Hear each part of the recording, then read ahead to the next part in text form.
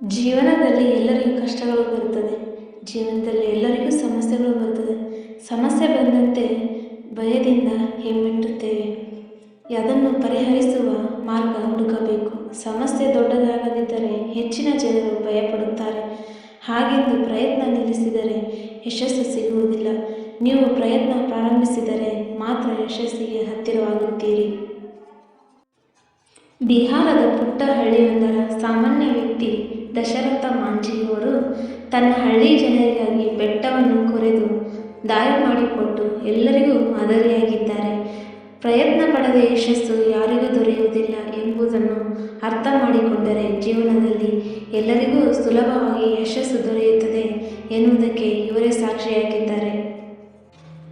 ದಶರಥ್ ಮಾಂಝಿಯವರು ಬಿಹಾರ ರಾಜ್ಯದ ಘೇಲಾರ್ ಎಂಬ ಹಳ್ಳಿಯಲ್ಲಿ ವಾಸಿಸುತ್ತಿದ್ದ ಸಾಮಾನ್ಯ ಮನುಷ್ಯ. ಅವರು ಚಿಕ್ಕ ವಯಸ್ಸಿನಲ್ಲಿಯೇ ಕಲ್ಲಿದ್ದಲು ಗಣಿಗೆ ಕೆಲಸಕ್ಕೆ ಸೇರಿದರು. ತಮ್ಮದೇ ಗ್ರಾಮದಲ್ಲಿ ಫಲ್ಗುಣಿ ದೇವಿಯನ್ನು ವಿವಾಹವಾದರು. ಘೇಲಾರ್ ಗ್ರಾಮವು ಬಿಹಾರದ ರಾಜಧಾನಿ ಪಾಟ್ನಾದಿಂದ 100 ಕಿಲೋಮೀಟರ್ ದೂರದಲ್ಲಿದೆ. ಈಗ ಪಾಟ್ನಾದ ಸುತ್ತಮುತ್ತಲಿನ ಪ್ರದೇಶಗಳು ಅಭಿವೃದ್ಧಿಗೊಂಡಿವೆಯಾದರೂ 50 ವರ್ಷಗಳ ಹಿಂದೆ ಅದೆಲ್ಲವೂ ಕಾಡಿನಂತಿತ್ತು. ಹಳ್ಳಿಯಿಂದ ಹೊರ ಜಗತ್ತಿಗೆ ತೆರಳು ದೊಡ್ಡ ಬೆಟ್ಟವೊಂದು ಅಡ್ಡಿಯಾಗಿತ್ತು. ಗ್ರಾಮಸ್ಥರಿಗೆ ಏನೇ ಬೇಕಾದರೂ ಬೆಟ್ಟದ ಸುತ್ತ 32 ಕಿಲೋಮೀಟರ್ ನಡೆದುಕೊಂಡು ಹೋಗಿ ಖರೀದಿಸುತ್ತಿದ್ದರು. ಮಾಜಿ 1960ರಲ್ಲಿ ಬೆಟ್ಟದ ಒಂದು ಬದಿಯಲ್ಲಿ ಕೆಲಸ ಮಾಡುತ್ತಿದ್ದರು. ಬೆಟ್ಟದ ಇನ್ನೊಂದು ಬದಿಯಲ್ಲಿ ಮಾಂಝಿಯ ಮನೆ ಇತ್ತು. ಅವರ ಹೆಂಡತಿ ಫಲ್ಗುಣಿ ದೇವಿಯು ತನ್ನ ಪತಿಗೆ ಪ್ರತಿದಿನ ಊಟ ತರುತ್ತಿದ್ದರು. ಆ ಬೆಟ್ಟ ಹತ್ತಿ ಇಳಿದು ಗಂಡನಿಗೆ ಊಟ ಬಡಿಸುತ್ತಿದ್ದರು. ಬೆಟ್ಟ ಹತ್ತಲು 3 ಕಿಲೋಮೀಟರ್ ಪ್ರಯಾಣ ಮಾಡಬೇಕಿತ್ತು. ಅದೇ ಬೆಟ್ಟದ ಸುತ್ತ ಬರಲು 32 ಕಿಲೋಮೀಟರ್ ಬೇಕಿತ್ತು. ಅಷ್ಟು ದೂರ ನಡೆಯಲು ಸಾಧ್ಯವಾಗದೆ ಬೆಟ್ಟ ಹತ್ತಿ ಫಲ್ಗುಣಿ ಪ್ರತಿದಿನ ಊಟ ತರುತ್ತಿದ್ದರು. ಒಂದು ದಿನ ಫಲ್ಗುಣಿ ಬೆಟ್ಟದಿಂದ ಕೆಳಗೆ ಬಿದ್ದು ಗಾಯಗೊಂಡರು. ಆಗ ಮಾಂಝಿಗೆ ಆ ಗುಡ್ಡ ತೆಗೆದು ರಸ್ತೆ ನಿರ್ಮಾಣ ಮಾಡಬೇಕೆನಿಸಿತು. ಫಲ್ಗುಣಿ ದೇವಿ ಅನಾರೋಗ್ಯಕ್ಕೆ ಒಳಗಾದರು. ಆ ಬೆಟ್ಟದ ಕಾರಣ ಸಕಾಲದಲ್ಲಿ ವೈದ್ಯರ ಬಳಿ ಕರೆದುಕೊಂಡು ಹೋಗಲು ಸಾಧ್ಯವಾಗದೆ ಆಕೆ ಸಾವನ್ನಪ್ಪಿದಳು. ಹೆಂಡತಿ ನಿಧನದ ನಂತರ ಮಾಂಝಿಗೆ ತನ್ನ ಗ್ರಾಮದವರ ಪರಿಸ್ಥಿತಿ ನೋಡಿ ಬಹಳ ಬೇಸರ ಎನಿಸಿತು. ಹೇಗಾದರೂ ಮಾಡಿ ಗುಡ್ಡವನ್ನು ಕಡಿದು ಊರಿಗೆ ದಾರಿ ಮಾಡಿಕೊಡಬೇಕೆಂದುಕೊಂಡ ಮಾಂಝಿ ಅಂದಿನಿಂದ ಬೆಟ್ಟವನ್ನು ಸುತ್ತಿಗೆ ಉಳಿಯಿಂದ ಕೆತ್ತಲು ಆರಂಭಿಸಿದರು.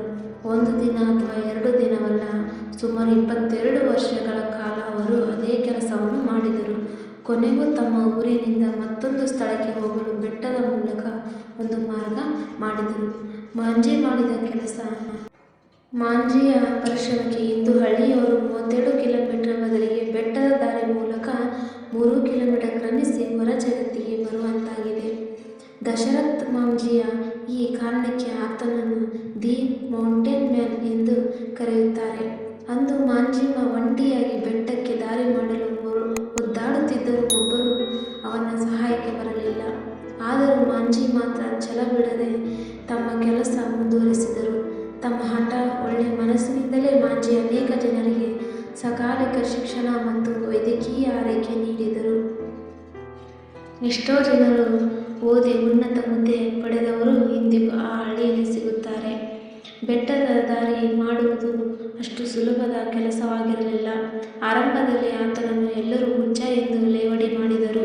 ಆದರೆ ಯಾರು ಏನೇ ಅಂದರೂ ಮಾಂಝಿ ತಲೆ ಕೆಡಿಸಿಕೊಳ್ಳದೆ ತನ್ನ ಕೆಲಸ ತಾನು ಮಾಡಿದ್ದು ಇಂದಿಗೂ ಎಲ್ಲರಿಗೂ ಉಪಯೋಗವಾಗುತ್ತಿದೆ. ಅಸಾಧ್ಯವಾದುದನ್ನು ಸಾಧ್ಯವಾಗಿಸಿದ ವ್ಯಕ್ತಿಯಾಗಿ ಮಾಂಝಿ ಇತಿಹಾಸದ ಪುಟದಲ್ಲಿ ದಾಖಲೆಯಾಗಿದ್ದಾರೆ. ಕಷ್ಟ ಎಂದು ಯಾವುದೇ ಕೆಲಸ ಮಾಡದೆ ಸುಮ್ಮನೆ ಕುಳಿತರೆ ಜೀವನದಲ್ಲಿ ಯಶಸ್ಸು ಸಿಗುವುದಿಲ್ಲ. ಮೊದಲು ನಿಮ್ಮ ಪ್ರಯತ್ನವನ್ನು ನೀವು ಮಾಡಲು